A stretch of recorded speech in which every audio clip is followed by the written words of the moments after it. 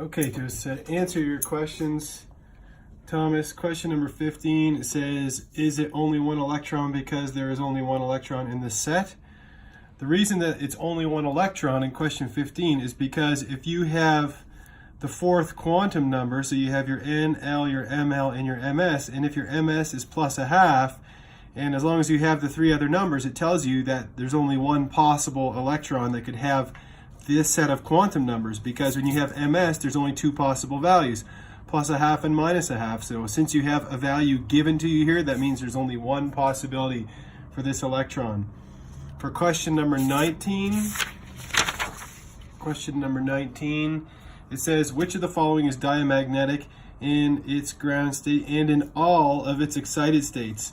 So diamagnetic just simply means no unpaired electrons, and if you write out the electron configuration for copper, zinc, and magnesium, they all have unpaired electrons in their electron configuration. When you write out the electron configuration for neon, it's 1s2, 2s2, 2p6. So if you were to put the orbital box diagram, it would look something like this. You'd have your two 1s electrons, two 2s electrons, and then the two p electrons, 1, 2, 3, 4, 5, 6. So it looks like it's diamagnetic, and that's because this is the ground state when there's no electrons that are excited. But if you were to excite it, that means that one of the electrons would be promoted to a higher energy level. Thus, it would render it paramagnetic, and it would lose its diamagnetism. It's kind of a goofy question.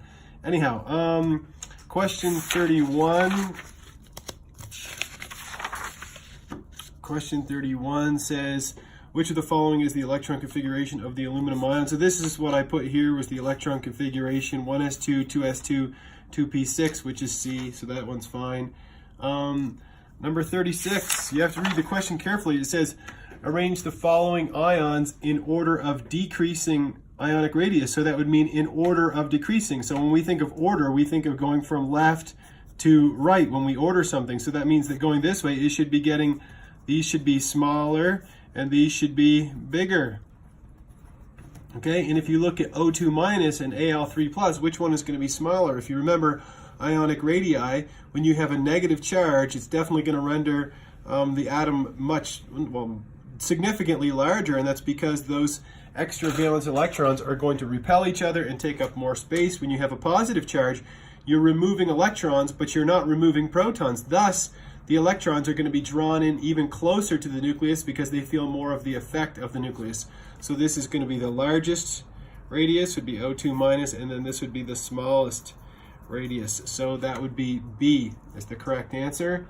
And then the last one is number 37, which says, for which of the following reactions is the enthalpy change equal to the third ionization energy of vanadium? So if you look at the first ionization of energy of vanadium, so that's removing an electron in the gas phase. So the first ionization energy would be the amount of energy that it requires to remove one electron. So we'd have vanadium plus an electron. If we took vanadium plus and we did a second ionization energy, we would end up with vanadium 2 plus an electron. And the third ionization energy is going to be the third amount of energy that's going to be required, which should be larger than the second and the first.